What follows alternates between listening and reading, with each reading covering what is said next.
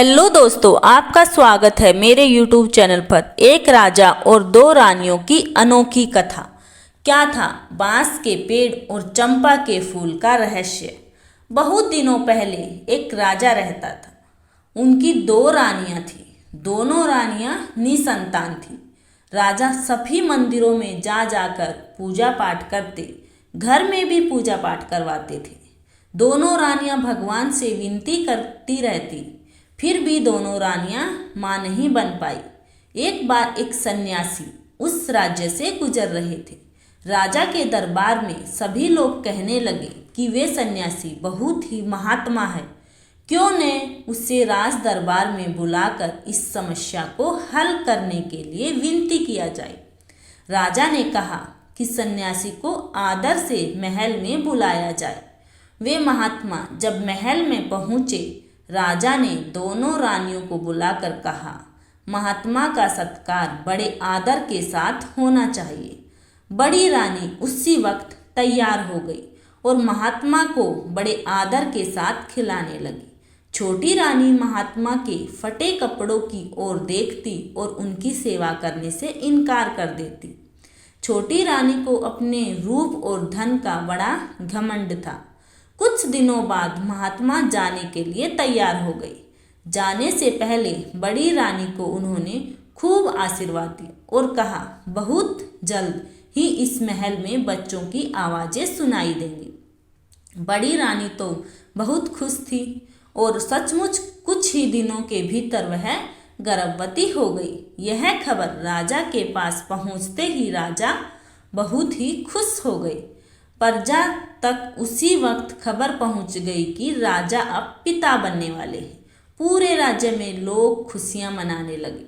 बड़ी रानी का सम्मान बहुत बढ़ गया और उनकी देखभाल करने के लिए और भी लोग रखे गए।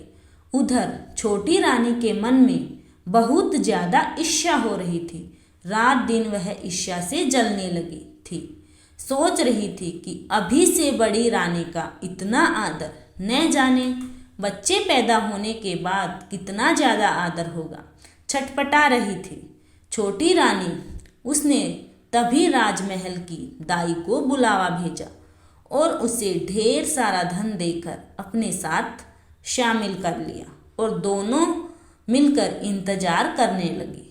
समय आने पर रानी ने दो बच्चों को जन्म दिया, एक बेटी और एक बेटा। दाई ने तुरंत बच्चों को एक झांपी में रखकर छोटी रानी के पास ले गए और उसके बाद बड़ी रानी के पास दो पत्थर रख दिए। बड़ी रानी ने जब पत्थरों को देखा तो उसे बहुत हैरानी हुई, ये कैसे हो सकता है।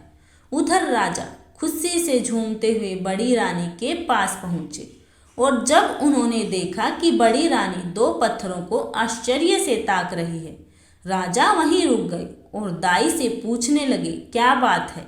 दाई ने कहा, बच्चे नहीं पत्थर निकले हैं। राजा को बहुत गुस्सा आया और बड़ी रानी को उसी वक्त बंदी घर में कैद कर दिया। पूरे राजमहल में ये बात फैल गई कि बड़ी रानी ने ईंट पत्थर को जन्म दिया है। उधर छोटी रानी ने अपने दो चौकीदारों को बुलाकर वह झांपी दे दी और उनसे कहा कि इस झांपी में दो बच्चे हैं, इन दोनों बच्चों को लेकर जाओ और मार डालो। दोनों चौकीदार झांपी लेकर जंगल में पहुंच गए। झांपी खोलकर बच्चों को जब देखा तब दोनों ने निश्चय किया कि बच्चों को वहीं छोड़ देंगे, भगवान बच्चों की रक्षा करेंगे। ये सोचकर वही झांपी रखकर दोनों महल वापस आ गए। छोटी रानी ने जब पूछा, हो गया काम, तो उन्होंने कहा, हाँ हो गया काम। इधर बड़ी रानी दिन रात पूजा पाठ में लग गई। राजा ने भी बड़ी रानी को फिर से महल में रहने की आज्ञा दे दी। बड़ी रानी सुबह से शाम तक पूजा पाठ करती रहती। पूजा करने के लिए फूल लाने सिपाही को भेजती। एक दिन आसपास कोई फूल नहीं मिले। सिपाही जंगल से फूल लाने गए। जंगल में सिपाही ने देखा बड़े ही सुंदर चंपा के फूल लगे हुए थे। बांस और चंपा का झाड़ पास पास उगे हुए थे। सिपाही फूल तोड़ने के लिए जैसे ही नजदीक आया, चंपा ने झाड़ से कहा, ए भैया बांस। बांस झाड़ ने कहा, काये बाहिन चंपा। चंपा ने कहा, राजा के सिपाही फुलवा तोड़े बर आए हैं।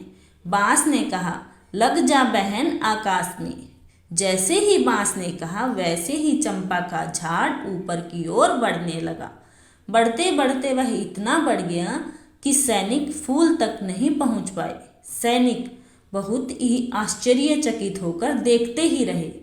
तभी सैनिक दौड़ते हुए सेनापति के पास पहुंचे और उन्होंने उनसे सारी बात बताई। सेनापति को विश्वास ही नहीं हुआ।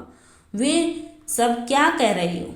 सैनिक ने कहा, आप एक बार हमारे साथ जंगल चलिए, एक बार खुद देख लीजिए। सेनापति चल पड़े सैनिकों के संग। जैसे ही सेनापति चंपा और बांस के पास पहुंचे, चंपा ने कहा, ए भैया बांस। बांस ने कहा, क्या बहन?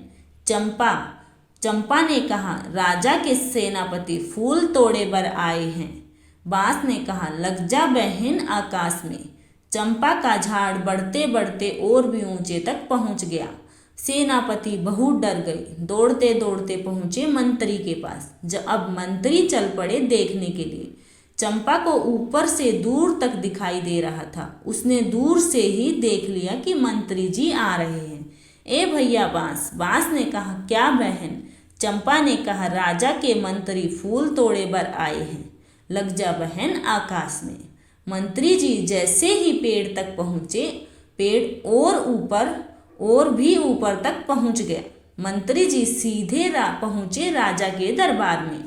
राजा ने से कहा, इतना घबरा क्यों गए? मंत्री ने कहा, आप इसी वक्त मेरे साथ चलिए। राजा जी। सारी बात सुनकर राजा ने कहा, मेरी छोटी रानी भी मेरे साथ चलेगी। ये तो उन्हें भी देखना चाहिए। छोटी रानी को खबर देने वही 2 सिपाही पहुंचे जिन्होंने उन बच्चों को वहां फेंका था। दोनों बहुत डरे हुए थे। छोटी रानी भी डर गई थी। वे जल्दी से तैयार होकर राजा के साथ चल पड़ी। उधर बड़ी रानी फूल के लिए व्याकुल हो रही थी और सैनिकों को बुलावा भेज रही थी, ये जानने के लिए कि वे अब तक फूल क्यों नहीं लाए। बड़ी रानी छोटी रानी के महल के पास से गुजर रही थी।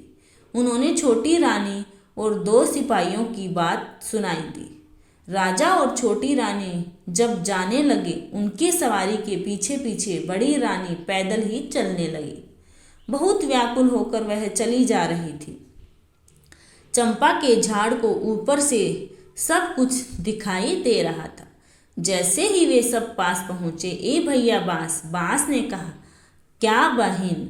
चंपा ने कहा, छोटी रानी संग राजा फूल तोड़े बर आए हैं। लग जा बहन आकाश में। चंपा का झाड़ और भी ऊंचा हो गया। राजा दोनों पेड़ों के पास पहुंचकर पूछने लगे, क्या बात है? तुम दोनों भाई बहन हो, कैसे चंपा और बांस बन गए?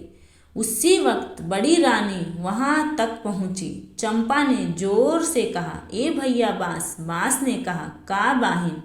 चंपा ने कहा, हमर मातारी दुखियारी बड़े रानी है, फुलवा तोड़े बर आए, परो बाहिन पाऊं। चंपा जमीन में झुक गई और बड़ी रानी के पैरों के पास झूमने लगी। साथ साथ बांस का झाड़ भी झुककर बड़ी रानी के पैरों को छूने लगा। इसके बाद चंपा और बांस ने राजा को सारी बात बताई। राजा ने उसी वक्त छोटी रानी को बंद करने को कह दिया अंधेरी कोठरी में और बड़ी रानी से माफी मांगने लगे। बड़ी रानी बड़े दुख से चंपा और बांस को देख रही थी। ये दोनों मनुष्य कैसे बनेंगे?